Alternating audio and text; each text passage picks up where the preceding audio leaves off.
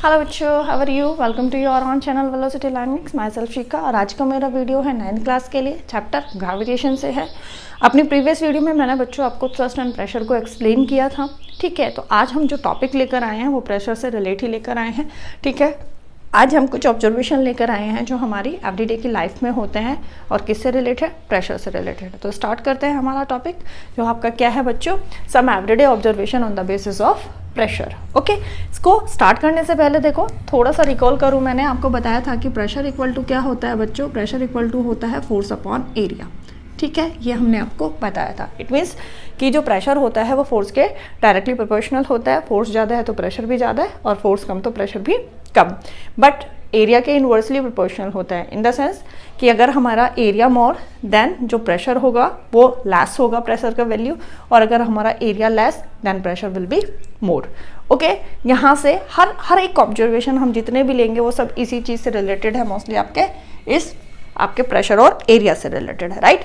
तो फर्स्ट है आपका, देखो यहाँ पर topic, why are school bags have a wide straps?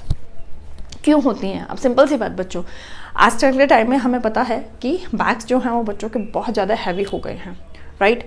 और आपके शोल्डर्स पर सारा प्रेशर होता है एक तरीके से। आपको जो फील होती है, जो भी उनका वेट जो फील होता है वो आपके शोल्डर्स के थ्रू ही होता है, राइट। आज सिंपल सी बात होती है, अगर आपका बैग जो होगा उसकी स्ट्राइप्स थिन होगी तो इट मीन्स वो आपके शोल्डर्स पर कम एरिया को कवर करेंगे। अगर वो थिन है तो आपके कम एरिया को कवर करेंगे वो आपके शोल्डर्स के ऊपर, राइट। अब सिंपल सी बात, एरिया कम तो जो बैक का वेट है भैया वो तो प्रेशर ज़्यादा एग्जर्ट करेगा, क्योंकि कम एरिया है वहाँ पर, तो प्रेशर इन्वर्सली प्रोपोर्शनल होता है उसके। तो दैट्स वाई वहाँ पर जो होगा आपके शोल्डर्स पर आपको बहुत ज़्यादा वेट लगेगा, और आपके उस वेट को आपको कम करने के लिए ही क्या होता है बच्चों, जो बैक की स्ट्रैप्स होती है उनको हम क्या करते हैं? वाइड बनाते हैं। क्योंकि अगर स्ट्रैप्स जो होंगी आपकी वाइड होंगी तो इट मीन्स वो आपके शोल्डर्स पर जब आएंगी तो वो ज़्यादा एरिया को कवर करेंगी, एरिया आपका इंक्रीज हो जाएगा। तो दैट्स वाई आपका जो प्रेशर है आपके शोल्डर्स के ऊपर वो क्या हो जाएगा? डिक्रीज हो जाएगा। तो यही रीज़न होता है कि जो बैक की स्ट्रैप्स होती हैं वो वाइड होती हैं, right. Why a sharp knife cuts better than blunt knife? पहले तो ब्लंट नाइफ से देखो। ब्लंट नाइफ का मतलब हम सिर्फ इतना कह सकते हैं कि जो एजेस होते हैं, जो ब्लंट नाइफ होता है उसके एजेस थोड़े से थिक हो जाते हैं आपके शार्प नाइफ से, ठीक है। थिक होते हैं, अब डेफिनेटली जब एजेस थिक हो जाते हैं उसके, जो नाइफ होता है, ठीक है, कटिंग वाला जो पार्ट होता है उसका, वो थोड़ा सा क्या हो जाता है? थिक होता है। ब्लंट में और शार्प में यही फ़र्क है कि ब्लंट नाइफ में जो एज होगा वो थोड़ा सा वाइड हो जाता है, थोड़ा सा ये हमने सेंस बोल सकते हैं कि एरिया वहाँ पर उसका क्या हो जाता है? इंक्रीज होता है, ठीक है, comparison to your sharp knife. अब सिंपल सी बात, आप अपने हैंड से प्रेशर उसके ऊपर फोर्स एक्सर्ट कर रहे हो एक तरीके से, तो सिंपल सी बात होती है इन द सेंस कि जब अपने आप हैंड से उसके ऊपर क्या कर रहे हो? प्रेशर एक्सर्ट कर रहे हो। ब्लंट नाइफ का एरिया क्या है बच्चों? ज़्यादा है, राइट। ब्लंट नाइफ का एरिया क्या है? ज़्यादा है। दैट्स वाई जो प्रेशर एक्सर्ट कर रहे हो वो कम होगा। जो भी आप इन द सेंस कि फ्रूट हो या वेजिटेबल हो जो कट करोगे तो आपको बहुत ज़्यादा प्रेशर लगाओगे, और तब भी वो आपका जो ब्लंट नाइफ है वो इजीली आपके जो एप्पल वगैरह या फ्रूट वेजिटेबल जो भी होगा उनको कट नहीं करेगा, बिकॉज वहाँ पर ब्लंट नाइफ का जो एरिया है वो शार्प नाइफ के कंपैरिजन में ज़्यादा है। एंड सिंपल सी बात होती है कि जब एरिया ज़्यादा है तो प्रेशर वहाँ पर क्या होगा? कम एक्सर्ट होगा। और शार्प नाइफ का एरिया आपका क्या होता है? कम होता है। तो जब आप सेम प्रेशर एक्सर्ट कर रहे हो शार्प नाइफ के साथ में या ब्लंट नाइफ के साथ में, तो हमारा जो शार्प नाइफ है वो इजीली क्या कर देता है? कट कर देता है, क्योंकि उस कंडीशन में प्रेशर जो हो जाता है वो बच्चों क्या होता है? ज़्यादा हो जाता है। ओके, थर्ड की तरफ मूव करो। Why the pressure on a ground is more when a man is walking then when he is standing, right. मतलब अगर आप खड़े हुए हो, एक सिचुएशन में आप खड़े हुए हो और एक सिचुएशन में आप क्या कर रहे हो? वॉक कर रहे हो, तो कौन सा आपकी सिचुएशन ऐसी होगी जिसके ऊपर आप ज़्यादा प्रेशर एक्सर्ट कर रहे हो, ठीक है। कौन सी सिचुएशन ऐसी होगी कि जो प्रेशर है ग्राउंड पर वो ज़्यादा एक्सर्ट हो रहा होगा? अब सिंपल सी बात होती है, हर चीज़ एरिया से रिलेटेड है बच्चों। हम क्या कर रहे हैं? जब हम स्टैंडिंग पोजीशन में हैं तो इट मीन्स हमारी जो पूरी बॉडी का जो वेट इन फोर्स जो एक्सर्ट हो रहा है वो आप देखो हमारे दोनों के दोनों जो फुट है वो पूरे के पूरे क्या है? ग्राउंड पर है। तो इट मीन्स उस कंडीशन में जो ग्राउंड है हमारा एरिया ज़्यादा कवर हो रहा है। बट जब भी हम वॉक करते हैं तो सिंपल सी बात है, वॉक करते हैं तो हमारा एक जो फुट होता है बच्चों क्या होता है? वो हमारा ग्राउंड पर होता है और एक हमारा एयर में होता है।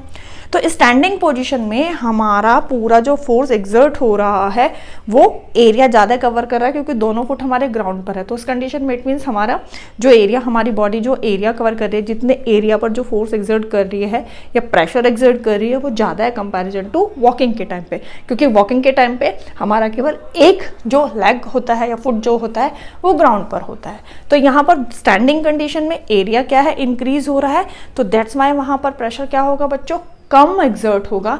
जबकि जब हम वॉकिंग कंडीशन में होते हैं तो हमारा एरिया, जो हमारी बॉडी का जो प्रेशर है, जो या फोर्स है जो एग्जर्ट हो रहा है डाउनवर्ड डायरेक्शन में, वो कम एरिया पर हो रहा है। तो इसीलिए प्रेशर कौन सी कंडीशन में आप ग्राउंड पर ज़्यादा एग्जर्ट करोगे, जब आप वॉक कर रहे होंगे, क्योंकि एरिया उस कंडीशन में क्या हो रहा है, डिक्रीज हो रहा है कंपेरिजन टू स्टैंडिंग पोजिशन।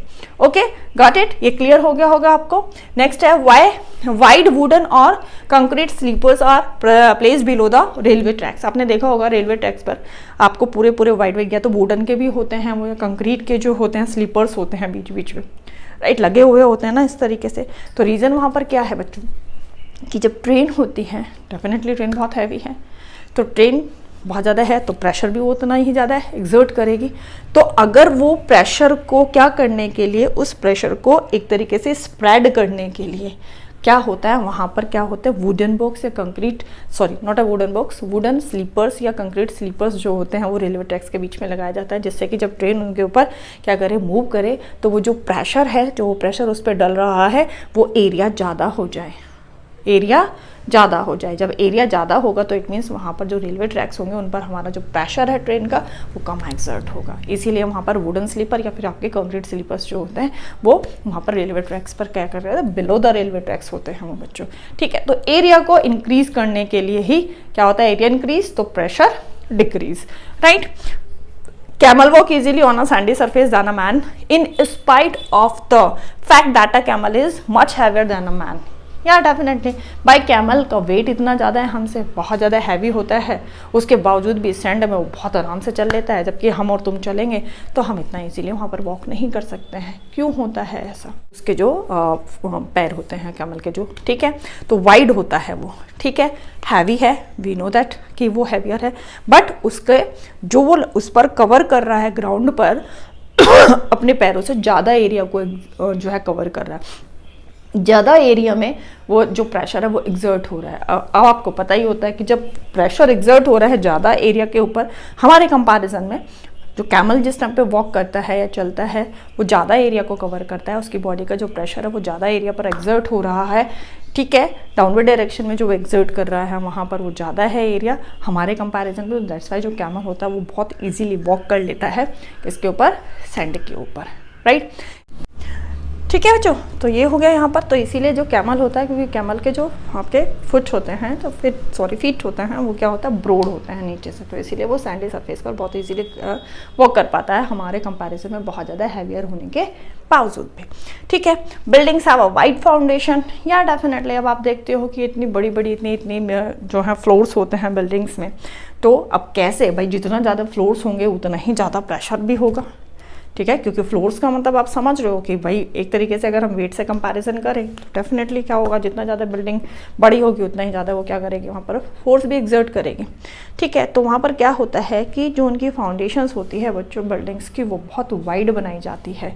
क्यों वाइड बनाई जाती है, कि जो प्रेशर, वाइड बनाने का मतलब एरिया इंक्रीज हो रहा है, तो इट मीन्स जो प्रेशर बिल्डिंग का लग रहा है, एग्जर्ट हो रहा है ग्राउंड के ऊपर, जो फोर्स एग्जर्ट कर रही है हमारी जो बिल्डिंग्स है, वो एरिया ज़्यादा हो जाए, एरिया ज़्यादा हो जाएगा तो डेफिनेटली वहाँ पर जो प्रेशर है वो लेस हो जाएगा। इसीलिए आपने देखा हो कि ट्रैक्टर्स होते हैं, या हमारे जो इधर अगर बात करते हैं जो हमारे टैंक्स होते हैं, आर्मीज़ में हमारे टैंक्स होते हैं, तो आपने देखा होगा कि मोस्टली वहाँ पर जो सरफेसेस होते हैं वो बहुत सॉफ्ट होते हैं, सैंडी होते हैं, ठीक है, तो वहाँ पर जो टैंक्स वगैरह होते हैं तो आप उनके नीचे देखते हो कि उनका जो एक एरिया है वो डिक्रीज़ करने के लिए उनके नीचे आप देखते हो कि आपको जस्ट लगेगी कि एक बेल्ट टाइप की जो उसके टायर्स होते हैं, एक बेल्ट टाइप होती है उन टायर्स में हमारे, बहुत क्या होती है, वाइड होती है। तो वो रीज़न वही है कि भाई टैंक में कोई कम तो वेट होता नहीं, टैंक का वेट बहुत ज़्यादा होता है, तो डेफिनेटली वेट ज़्यादा है तो वो प्रेशर भी उतना ज़्यादा ही एक्सर्ट करेंगे।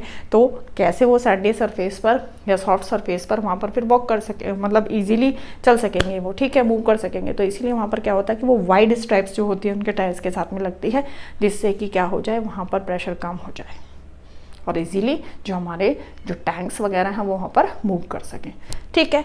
नेक्स्ट आता है आपका nails and pins have a pointed ends, या कि हमारे जो नेल्स होते हैं और पिन्स होते हैं वो बच्चों के क्या होते हैं, पॉइंटेड एंड्स होते हैं। रीज़न वही होता है कि पॉइंटेड एंड्स होता है तो इट मीन्स जब भी आप उसके ऊपर फोर्स एग्जर्ट करोगे तो वो पॉइंटेड एंड होने की वजह से वो कम एरिया पर वो फोर्स एग्जर्ट होगा, ठीक है, जिसकी वजह से ज़्यादा प्रेशर होगा और वो क्या करेंगे, वो इनसाइड चले जाएंगे आराम से। हमारी जो शेविंग निडल्स होती हैं वो भी इसी तरीके की होती है कि पॉइंटेड होती है वो भी।